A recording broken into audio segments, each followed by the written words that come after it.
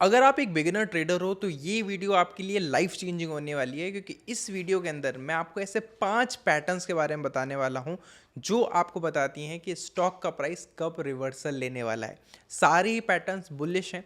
Specially अगर आप एक ऐसे ट्रेडर हो जो बाय साइड की ट्रेड लेना पसंद करते हो तो ये वीडियो बहुत ज़्यादा इंफॉर्मेटिव होगी आपके लिए, क्योंकि इस वीडियो के अंदर ऐसे कैंडलस्टिक पैटर्न्स के ऊपर हम डिस्कशन करेंगे जो हमें बताती हैं कि स्टॉक का प्राइस कहां से रिवर्स कर सकता है। तो without any delay video start करते हैं। अगर आप चैनल पर नए हैं तो सब्सक्राइब कर लीजिएगा। वीडियो स्टार्ट करने से पहले एक छोटा सा डिस्क्लेमर कि इस वीडियो के अंदर आपको कोई भी बाय सेल रिकमेंडेशन नहीं दी जा रही है और ये वीडियो क्लियरली एजुकेशनल पर्पस के लिए है। तो पहली कैंडलस्टिक का नाम है हैमर कैंडलस्टिक। ये दिखने में कुछ इस तरीके की होती है। अब देखो, हैमर के बारे में सबसे बड़ा मिसकंसेप्शन ये है कि हैमर हमेशा ग्रीन होती है, पर ऐसा बिल्कुल सच नहीं है। ग्रीन भी हो सकती है, रेड भी हो सकती है। अब आप इस पैटर्न की थोड़ी साइकोलॉजी समझने की कोशिश करो। ये पैटर्न कब बनता है? एक डाउन ट्रेंड के अंदर। तो अगर कोई स्टॉक लगातार नीचे गिर रहा है और यहाँ पे एक ऐसी कैंडल बनती है जिसके अंदर सेलर्स ने ट्राई करा स्टॉक के प्राइस को नीचे ले जाने का, बट बायर्स वापस से कम बैक करते हैं और एक हैमर फॉर्म करते हैं। ये जो बड़ी सी विक आपको देखने के लिए मिल रही है, इसका मतलब ये है कि एक लो लगा था, सेलर्स जीत रहे थे, बट बायर्स ने डोमिनेट करके कैंडल बना दी हैमर, मतलब वो प्राइस को ऊपर लेके आ गए। और ये काफ़ी बड़ा बुलिश साइन होता है, मतलब ये दिखाता है कि बायर्स का कमबैक हो चुका है।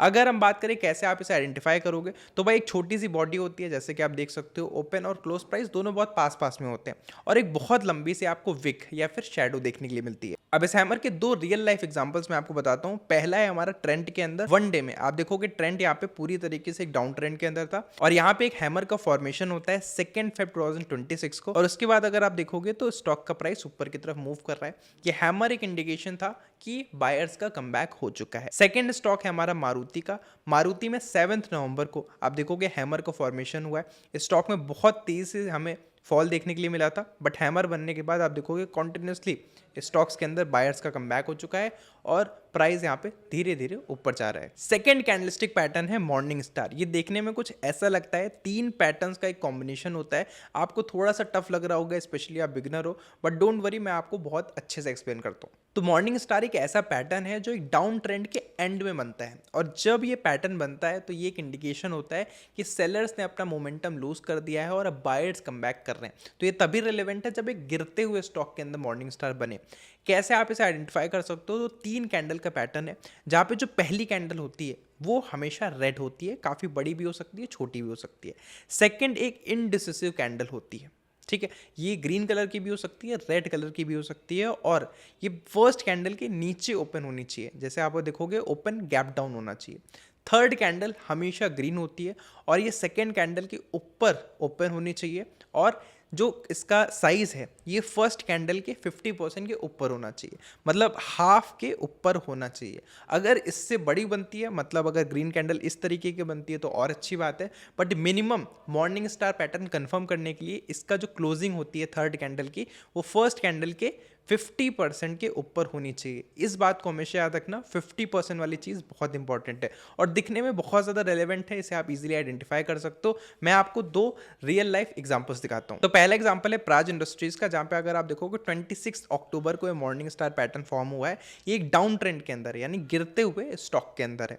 यहाँ पे अगर आप देखोगे पहली कैंडल रेड है, सेकेंड एक छोटी सी कैंडल है, विक हालांकि इसकी बड़ी है, बट थर्ड कैंडल अगर आप देखोगे तो उसकी क्लोजिंग 50% के ऊपर हुई है। तो एक कंफर्म मॉर्निंग स्टार पैटर्न है, और ये पैटर्न बनने के बाद ही अगर आप देखोगे स्टॉक का प्राइस ऊपर गया है काफी तेजी से। सेकंड एग्जांपल इज ऑफ नवीन। नवीन में भी आप देखोगे फर्स्ट कैंडल रेड है, सेकंड कैंडल इनडिसिसिव है, ये रेड भी हो सकती है, ग्रीन भी हो सकती है, इसका कोई ऐसा कलर बायस नहीं होता है, बस छोटी होनी चाहिए। तो यहाँ पे छोटी कैंडल है, थर्ड कैंडल 50% के ऊपर क्लोज हुई है। ये जितना ज़्यादा बड़ी होगी थर्ड कैंडल, उतना ज़्यादा रिवर्सल स्ट्रांग होगा। जैसे आप देख सकते हो ये पैटर्न बनने के बाद स्टॉक का प्राइस ऊपर गया, बट प्राज इंडस्ट्रीज जितना ऊपर नहीं गया, क्योंकि यहाँ पे थर्ड कैंडल बहुत ज्यादा स्ट्रांग थी। तो ये भी आपको ध्यान रखना है कि मॉर्निंग स्टार के अंदर थर्ड कैंडल जितनी ज्यादा बड़ी होगी उतना स्ट्रांग रिवर्सल देखने के लिए मिल सकता है। तीसरे कैंडलस्टिक पैटर्न का नाम है inverted hammer pattern.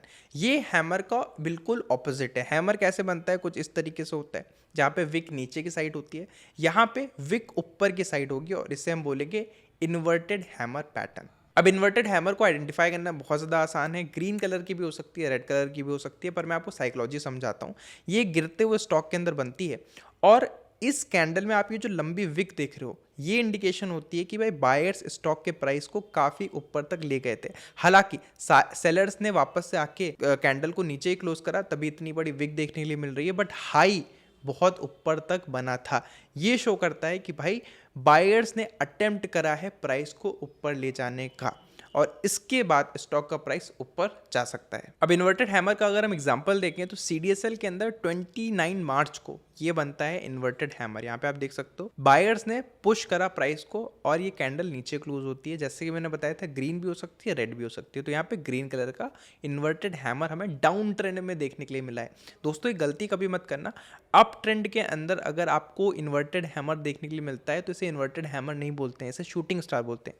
Inverted hammer तभी रेलेवेंट है जब एक डाउन ट्रेंड के अंदर आपको इस तरीके की कैंडल देखने के लिए मिले, अप ट्रेंड के अंदर नहीं। जैसे आप देखोगे ये गिरता हुआ स्टॉक था, यहाँ पे इन्वर्टेड हैमर बना है, और इन्वर्टेड हैमर बनने के बाद स्टॉक का प्राइस ऊपर गया है। Fourth and one of my favourite candlestick pattern is bullish engulfing pattern. ये पैटर्न बहुत ही सिंपल है। इसके अंदर एक छोटी सी रेड कैंडल होती है और एक बड़ी सी ग्रीन कैंडल होती है। आप सिंपल समझो, ग्रीन कैंडल रेड कैंडल को पूरी तरीके से निकल लेती है। और अगर हम स्ट्रक्चर की बात करें तो रेड कैंडल के बाद जो दूसरी ग्रीन कैंडल बनती है, इसकी ओपनिंग हमेशा फर्स्ट कैंडल के नीचे होनी चाहिए। यहाँ पे अगर आप देखोगे तो इसकी ओपनिंग नीचे हुई है, फर्स्ट कैंडल के नीचे, एंड उसके बाद जब ये क्लोज करती है तो फर्स्ट कैंडल के ऊपर क्लोज होनी चाहिए, मतलब पूरी तरीके से इंगल्फ होनी चाहिए। अगर इस तरीके से पैटर्न बन रहा है, यहाँ पे एक रेड कैंडल बनी और फिर बड़ी सी ग्रीन कैंडल बनी, तो ये एक बुलिश इंगल्फिंग नहीं होगा, बल्कि एक बड़ी सी ग्रीन कैंडल बननी चाहिए जो पूरी तरीके से इंगल्फ करे। मतलब ओपन प्राइस नीचे होना चाहिए फर्स्ट कैंडल के और क्लोजिंग प्राइस ऊपर होना चाहिए फर्स्ट कैंडल के। और ये कैंडल क्लियरली इंडिकेट करती है कि बायर्स मार्केट के अंदर कितने ज्यादा स्ट्रांग है। अब इसके मैं आपको दो एग्जांपल्स दिखाता हूं। पहला है PI इंडस्ट्रीज, जहां पे 4 मार्च को बुलिश इंगल्फिंग बनता है ऑन 1 डे कैंडल। छोटी सी रेड कैंडल है, उसके बाद एक बड़ी सी ग्रीन कैंडल बनती है जिसका ओपन प्राइस अगर आप देखोगे तो फर्स्ट कैंडल के नीचे है और क्लोज प्राइस फर्स्ट कैंडल के ऊपर। सेकंड एग्जांपल में बहुत अच्छे से क्लियरली विजिबल है IRCON international. First candle is red and second candle नीचे ओपन होती है एंड उसके ऊपर क्लोज करती है। यहाँ पे अगर आप देखोगे तो थोड़ा ऊपर क्लोज करा है, बट स्टिल ऊपर क्लोज करा है। अगर ऊपर क्लोज नहीं करती है तो बुलिश इंगल्फिंग नहीं बना है। लास्ट कैंडलस्टिक पैटर्न का नाम है बुलिश मारुबुजु कैंडल। ये एक बहुत स्ट्रॉन्ग ग्रीन कैंडल होती है। आप ये समझो, ऐसी कोई ग्रीन कैंडल जो बड़ी हो और उसमें कोई विक ना हो, तो फिर वो एक बुलिश मारुबुजु कैंडल बन जाती है। मतलब एक कैंडल ओपन हुई, ओपन होने के बाद वो ज्यादा नीचे नहीं गई। अब या तो इसका विक हो ही ना, या फिर बहुत छोटी सी विक हो तो ठीक है। उसके बाद एक बाइंग मोमेंटम आता है, प्राइस ऊपर जाता है और ये ऊपर जाता ही रहता है और क्लोजिंग दे देता है अपने हाई के पास। अगर विक हो तो बहुत छोटी सी हो, जैसे कि अगर आप देखोगे ये रहा हमारा बुलिश मारुबुजु पैटर्न। स्ट्रक्चर जैसा कि मैंने आपको बताया था कि भाई ना के बराबर विक होनी चाहिए, ना हो तो बहुत ही बढ़िया, या हो तो बहुत ही छोटी सी हो, और ऊपर के साइड में भी कोई विक नहीं होनी चाहिए। मतलब स्टॉक का प्राइस ओपन हुआ और फटफट करके सिर्फ ऊपर की तरफ गया। ये हमें दिखाता है कंटिन्यूएशन और कि भाई मोमेंटम कितना ज्यादा है। बायर्स इसे हायर प्राइस पे खरीदते जा रहे हैं और सेलर्स बिल्कुल भी इसके प्राइस को नीचे ही नहीं ला पाए, क्योंकि अगर ला पाते तो यहाँ पे हमें एक विक देखने के लिए मिलती, अगर ला पाते तो यहाँ पे हमें एक विक देखने के लिए मिलती। और ये कैंडल शो करती है एक प्योर बुलिश मोमेंटम। एग्जांपल अगर आप देखोगे तो KNR हीट एक्सचेंजर्स के अंदर 6 नवंबर को एक बुलिश मारुबुजु बनता है। आप देखो कितनी स्ट्रॉन्ग कैंडल है विदाउट एनी विक, और ये बनने के बाद अगले दिन गैप अप में ओपनिंग देखने के लिए मिली। इतना स्ट्रॉन्ग बाइंग प्रेशर था, एंड एग्जैक्टली ऐसा हमें मैज़गांव के अंदर भी देखने के लिए मिला। बुलिश मारुबुजु बनता है, उसके बाद स्टॉक का प्राइस काफी ज्यादा ऊपर जाता है। तो आई होप आपको वीडियो पसंद आई होगी। अगर चैनल पे पहली बार आए हो तो चैनल को सब्सक्राइब कर लेना एंड वीडियो को लाइक कर लेना।